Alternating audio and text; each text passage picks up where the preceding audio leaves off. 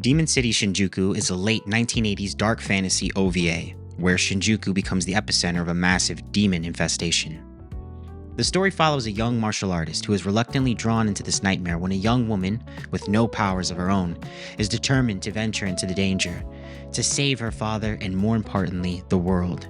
At its core, the film is about courage in the face of overwhelming darkness, blending action, occult horror, and romance through a distinctly 1980s aesthetic.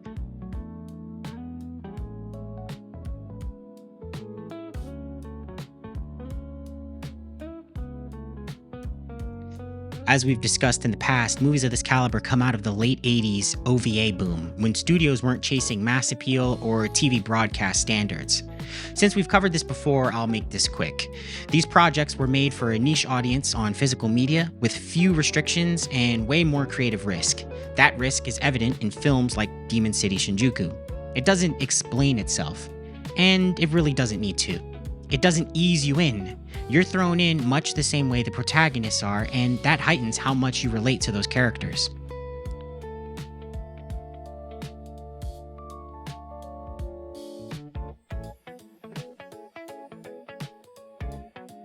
Demon City Shinjuku is adapted from a novel by Hideyuki Kikuchi, the same guy behind Vampire Hunter D. I'm sure I'll be covering that in the future at some point. I won't claim to know much about Kikuchi's stories, but it seems like they almost always revolve around the same central themes: dark fantasy, occult mysticism, things of that nature.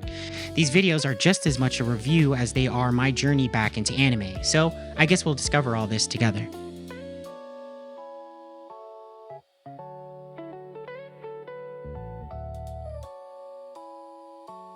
My quick recommendation is this. If you already like late 80s anime OVAs, dark fantasy, there's a very good chance you're going to love this movie. If you need tight plots, modern pacing, or everything to be clean and emotionally spelled out for you, this probably isn't converting you. But, that being said, I absolutely recommend it.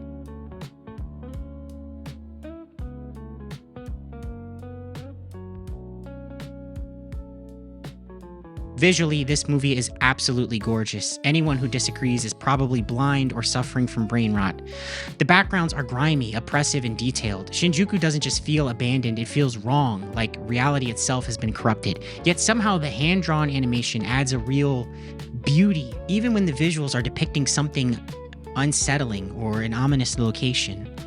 Every frame feels intentional. The bloom, the color palette, the lighting, it's always doing work. Something subtle, sometimes bold, but never lazy.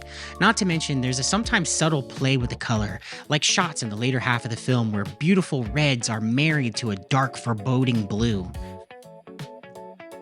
If you'd like to go a little further and you support the channel beyond the usual like, subscribe, and comment, I've opened a Patreon page, and you can join these wonderful members in supporting more reviews like these. Thank you for your consideration. But now you have been promoted.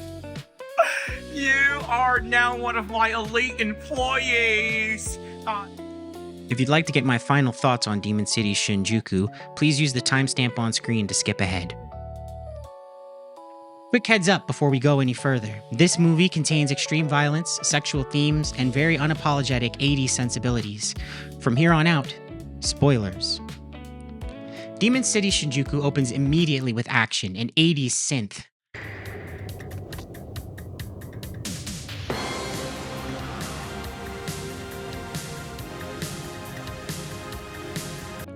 This vampire-looking guy goes full constipation before breaking apart Shinjuku, laying down some of that all-too-familiar villain monologue of mocking the hero with telling him exactly what he's going to do. This mysterious Nempo master charges up before making one last armed attempt to kill this vampire-looking gentleman.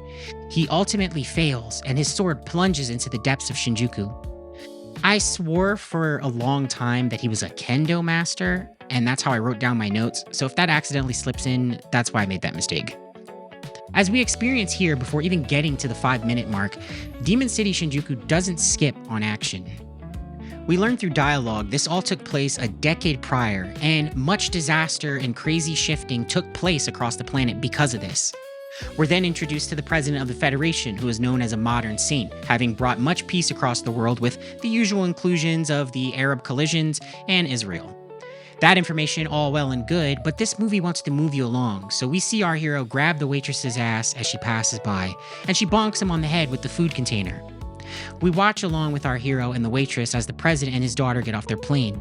We see pretty early here that our hero likes the president's daughter, but we also see here his keen instincts on detecting demons. A bouquet of roses turns to demonic vines and captures the president. We cut to our hero teaching kendo, or hennempo, and then later practicing it himself. If you're wondering, didn't we just watch the beloved president of the Federation get snapped up? I suppose one could argue that much like in real life, an everyday person's involvement in such things really wouldn't just crop up. So I'm willing to chalk this up to be somewhat realistic. Like, if you see something terrible happening on the news, it's not going to affect you immediately if it's not immediately close by. This old fart shows up, and he seems to know our hero's name, Kiyoya. He starts yapping about how unskilled Kiyoya is, and Kiyoya is having none of this nonsense. I mean, just look at his face. Apparently, this old fart is Agni Rai, and he trained Kiyoya's dad, Genchiro, in the arts of Nempo. We get some exposition which basically just states what I said before and what we've already seen, and mostly what could be implied. His dad was teaching him, he died and disappeared, and Kiyoya had to teach himself. Kiyoya's dad being murdered is news to him, but he actually is kind of chill about it. We learn that the man that killed him is named Rebi Ra, yet another former student of this old fart. This movie shows us something we haven't yet seen. The size of this old man's massive nose. I mean, look at this thing. This old man tasks Kiyoya with saving the city from Rebi Ra, and Kiyoya says, I'll pass. This old man talks shit to him about Kiyoya not being able to defeat him, yet him thinking he might be able to beat him. This is when we get hands down the best scene of the movie. The world's asshole. My father's not the same man as me. Yes, I can see that. A brave man does not turn his back on others' suffering, no matter what the dangers. Genichiro was a brave man, you are not. Fuck yourself, old man. It's the motherfucking Eagle Double G. Snoop Dogg! After one of the best scenes in any movie ever, Kiyoya makes his way home on a bike when he crosses path with none other than the president's daughter, Sayaka. I hadn't mentioned this yet, but at this point, we've experienced like 5 distinct accents from the time the movie started. And somehow, the most jarring to me is this woman's very polished English accent. Master Rai says that he is convinced that nobody except you can fight and defeat Rebi Ra. I am watching the English dub, which I'm sure isn't doing me any favors. Sayaka pleads with Kiyoya to stop Rebi Ra. Now, this might come as a shock to some of you. It did to my friend who I watched this with. But when she says she's going to try and stop him herself, she really meant she's going to do that right now. She also tells Kiyoya that she expected too much from him, and it seems to hit him harder than expected. And yeah, she takes off on her own to Demon City Shinjuku. Kiyoya, being tugged on by his conscience, follows after her. This movie then shows us the old fart channeling his AARP benefits to keep his friend the president safe from the demon vines. Back with Sayaka, she shows us her resolve and character in this brief moment where she looks down an ominous and dangerous path, knowing she has no real way to protect herself, but she still carries on. We see Sayaka being chased and she makes her way to the only light on the street, a food vendor. But this scene also shows us the naivety and innocence of Sayaka as she asks around for the location of Rebi Ra and believes this scumbag who says that he knows him. She follows him into an alley where she finally catches on, but too little too late. They corner her where she uses her ring to make a small laser cut, but it doesn't do much. At this moment, he rips open her blouse but is stopped by Kiyoya and heavy 80s synth.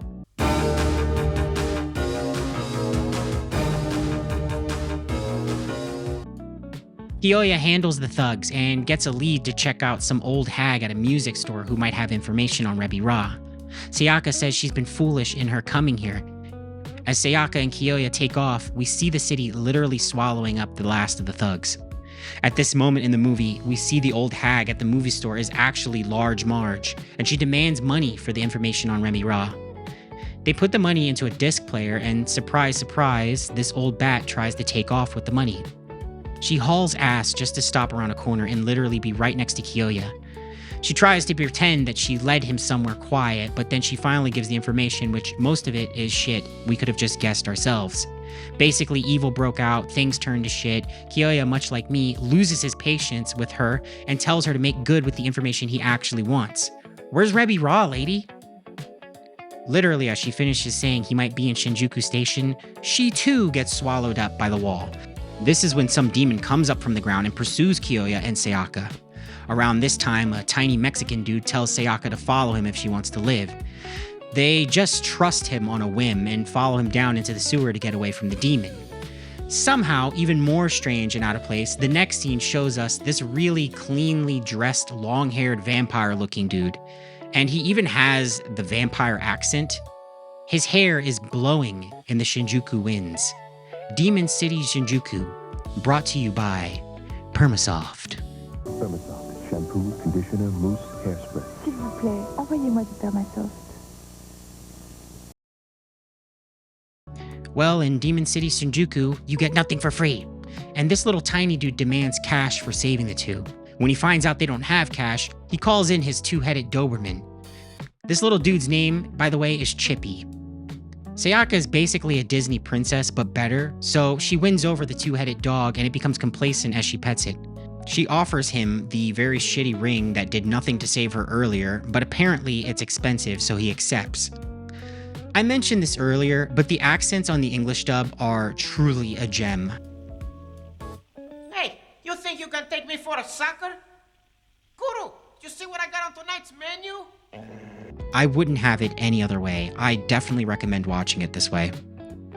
This movie doesn't believe in downtime, so the Doberman takes off barking and the little dude follows. They find themselves face to face with the demon from earlier. The dog is killed and our boy Chippy is knocked out. Once Sayaka steps on the train starts to move, but our friend the demon is there too. This wouldn't be a proper movie if there wasn't a fight scene on top of a train, so we get that too. Have I said how much I love this movie? The fight goes on a little while when Kiyoya climbs under the train and the train crashes into a wall of rubble. I know what you're thinking. Shouldn't he be dead since he was under that train when it crashed?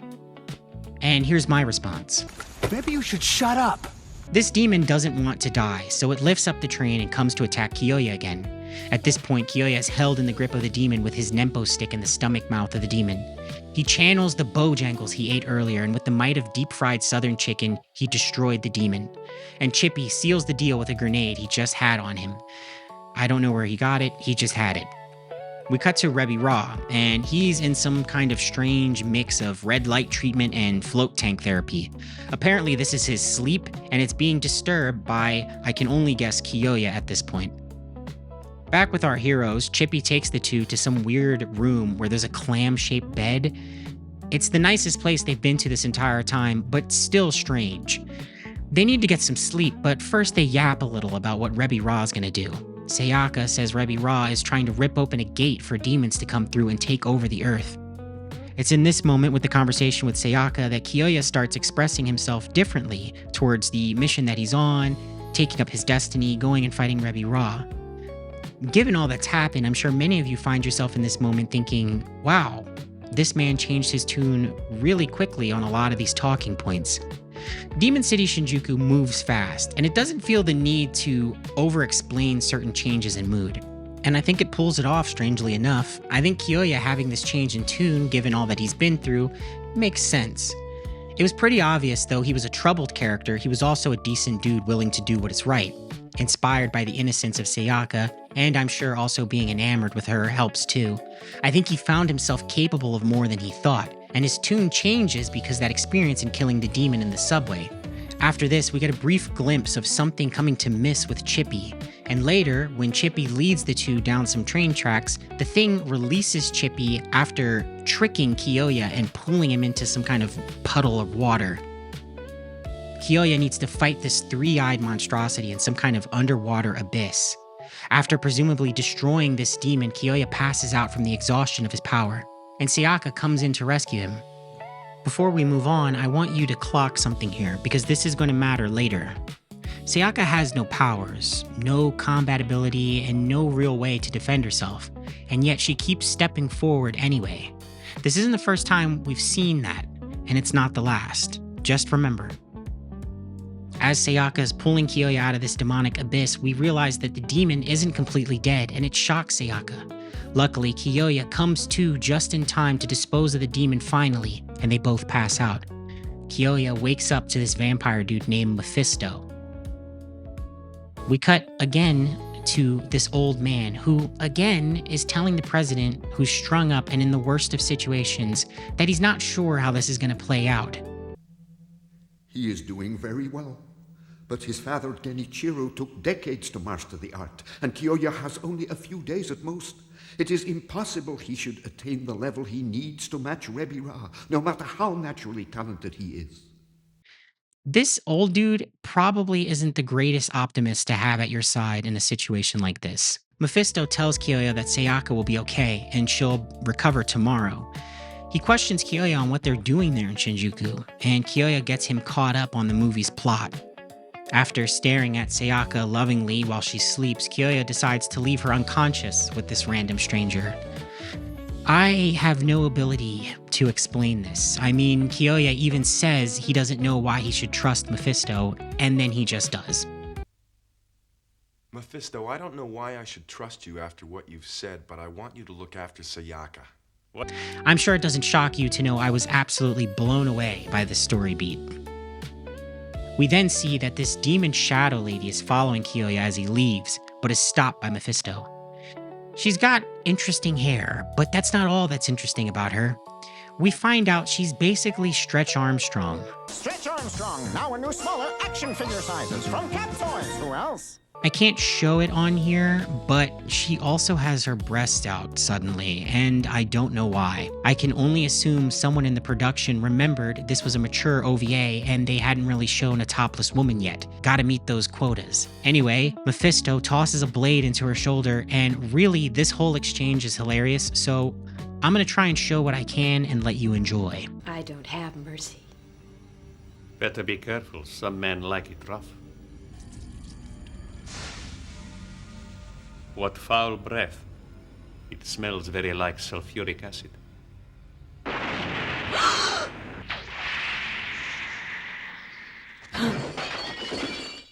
You can't escape now. I wonder whether you'd like to tell me what happens when you mix spirits with sulfuric acid.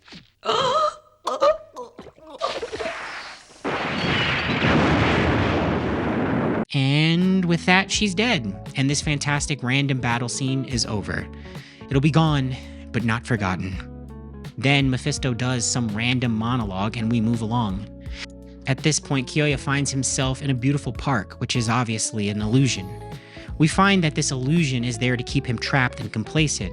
Rebira has plans for Kyoya, so basically he's keeping him on stash until after the demons are released. We get a very beautiful and clever scene where we see Sayaka through a broken car side view mirror while still seeing the total destruction in front of her that she's walking into.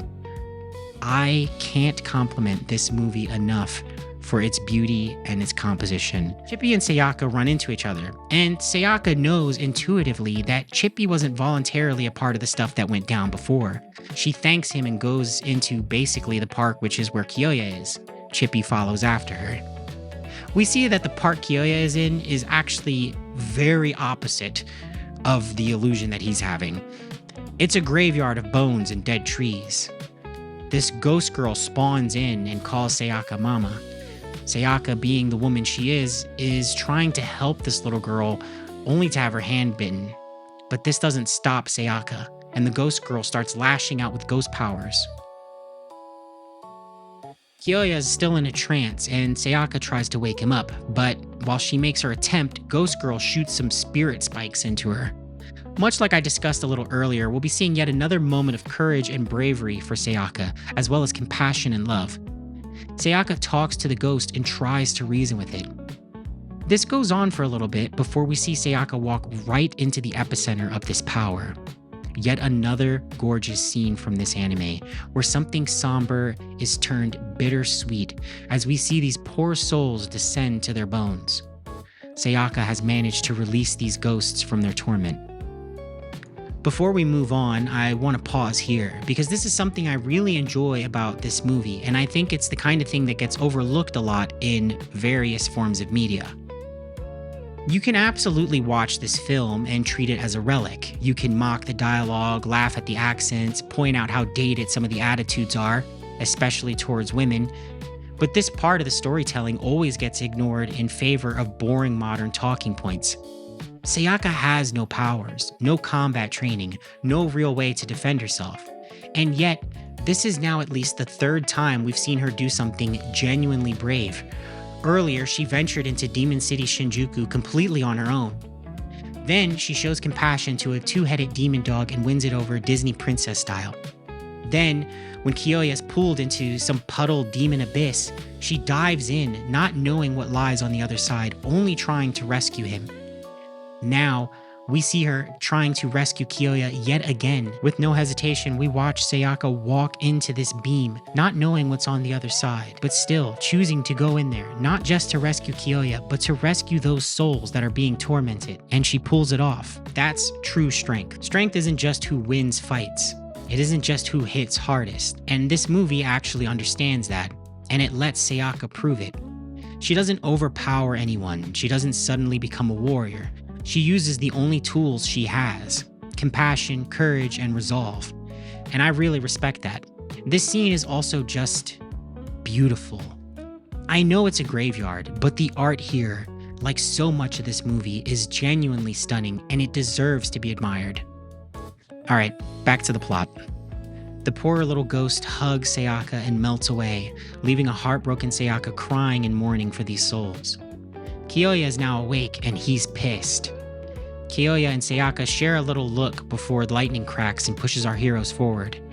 Rebby Raw starts to crack open Shinjuku with his magic, and our heroes make their way inside his lair, but not before running into Mephisto. Kyoya and Sayaka confront Rebby Raw when Rebby, with telekinesis, snatches up Sayaka, who is now going to be the sacrifice needed for his ritual. With this, our battle between Kyoya and Rebby Raw begins. And also the monologuing. Did you expect different? Just when it looks like Kyoya has ended the battle, he runs into the same issue his dad had, and his sword thrust did nothing. The power of Rebby Raw destroys his sword and tosses Kyoya into the abyss below. Sayaka tries to speak to his humanity, but to no avail. He begins his ritual. Down below, we see Kyoya starts to come to, and as he looks around, he finds his dad's Nempo sword. Like King Arthur, he pulls the sword from its place in the stone, and the power begins to surge through him. The 80s synth music hits, letting you know that shit's about to get epic. And the old man gives exposition about how Kyoya's dad left all his power in the sword for his son. This power even comes with the voice of his dad telling him to learn to master the chi of the universe.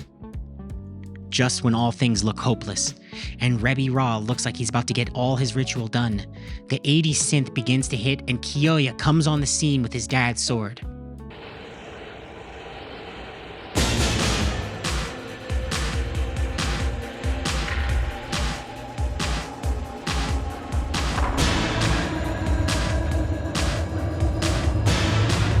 With the flex of his Nempo energy, he breaks Sayaka free, and Mephisto catches her and takes her to safety. Our final battle begins. Well, it's a very sudden and quick battle, because in one mighty swipe of his Nempo sword, he slashes Rebby Raw in half and saves the world from being overrun by demons. Sayaka is happy to see Kyoya and hugs him. The president's saved, Rebby Raw is dead, the old man monologues with that big-ass nose he got, and the old man says that Kyoya only succeeded because of Sayaka, and I have to agree. Mephisto and Chippy leave into the distance, but Mephisto decides to share his deep knowledge of Japanese. So he does that about demons and how Kyoya will be required again in the future, and blah blah blah, Pandora's box, there'll be hope. And like a true movie worth its salt, the couple share a kiss, the credits roll. What else needs to be said that I haven't already said, baby? This is a real movie.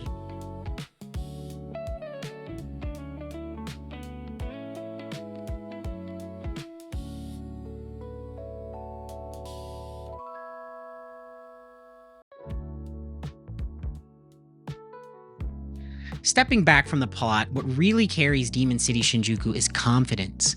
This movie never apologizes for itself. It never winks at the audience. It never undercuts its own cool factor. It believes in its world, its characters, and its aesthetic, and that belief goes a long way. The movie's always moving forward. You never spend too long in conversations focused on things that are meaningless, finding out things that don't matter. It just moves forward. And I think there's a lot of value in that. There's something to be said about a film that can be this impressive with a runtime of barely an hour. And yes, it understands something modern storytelling seems to have forgotten. Sometimes the hero just gets the girl.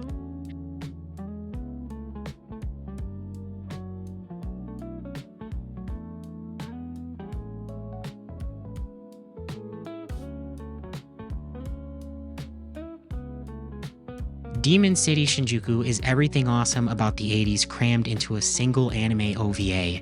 You've got action, you got heroes and heroines, you got memorable villains, you got synth music, you got a fast pace that doesn't stop to ask permission, and most importantly, you've got beautiful, crisp, hand-drawn animation that actually respects the viewer.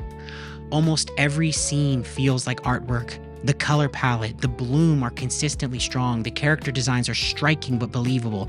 I genuinely love this movie. I love what it represents, and I would absolutely welcome a return to anime and movies in general that look, feel just like this and aren't afraid to just be cool, man. It's not perfect, but it's confident, stylish, and unforgettable.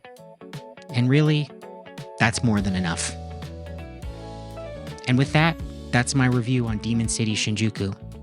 Let me know your thoughts on Demon City Shinjuku down below. What'd you think of the art style, the story, the plot, the characters? Let me know what you thought of the review, if you liked it or you didn't like it. And if you didn't like it and you stuck around this long, thank you for giving it a chance. Maybe something in the future will catch your eye and keep you to stick around.